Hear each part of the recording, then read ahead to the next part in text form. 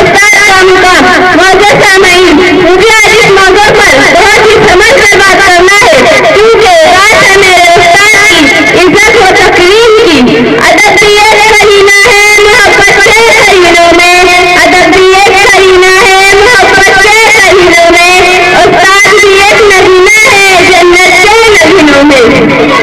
معزز سامعین، طالب علم اور استاد کا رشتہ تمام حصوں میں مقدس اور پاکیزہ ہوتا ہے، کیونکہ استاد گناہ کو یقین میں بدلتا ہے، بندہ زمین کو خنجان بنا دیتا ہے، پتھروں کو تراش کر نگینہ بنا دیتا ہے، جس میں بصارت کو نگاہ بصیرت عطا کرتا ہے، ہمت کی شبوں میں سورج نکالتا ہے۔ معزز سامعین، استاد کو معمار وطن کا درجہ دیا گیا ہے، وہ کسی بھی قوم کی ترقی میں ریڑھ کی ہڈی کی حیثیت رکھتا ہے، اس لیے لہجے میں مزاج، نگاہوں میں مشقت اور رویے میں پیار ہوتا ہے۔ معزز سامعین، استاد وہ ہستی ہے جو ہاتھوں میں جنون میں شمس و قمر سے مخاطب ہوتا ہے۔ یہ مہر تابات جا کے کہہ دو کہ اپنے گیموں کو گن کے رکھ لے، یہ مہر تابات جا کے کہہ دو کہ اپنے گیموں کو گن کے رکھ لے، میں اپنے صحرا کے ذرے ذرے کو خود چمکنا سکھا رہا ہوں۔ معزز سامعین، استاد کسی بھی معاشرے کے نمائندے ہوتے ہیں، قومی اپنی اقدار روایات میں جن کی تعلق میں تشکیل کرتے ہیں، ان میں سے اساتذہ سرفہرست ہے۔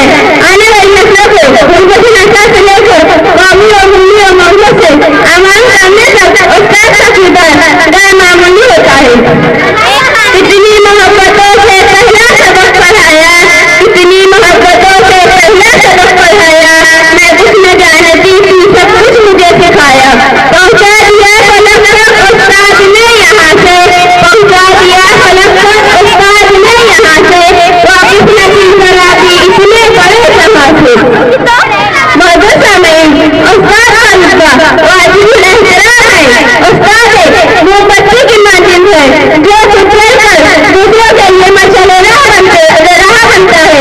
اسی لیے ملک کی ترقی وہاں کی نثار محنتی ڈاکٹر انجینئر اور شعبوں کے اقرار پر ہوتا ہے، تو اس کا چہرہ بھی استاد کے ساتھ جاتا ہے۔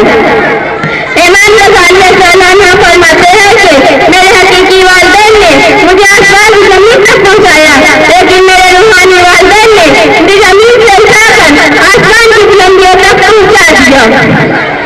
معزز سامعین، میں اپنے اساتذہ کا تہہ دل سے شکریہ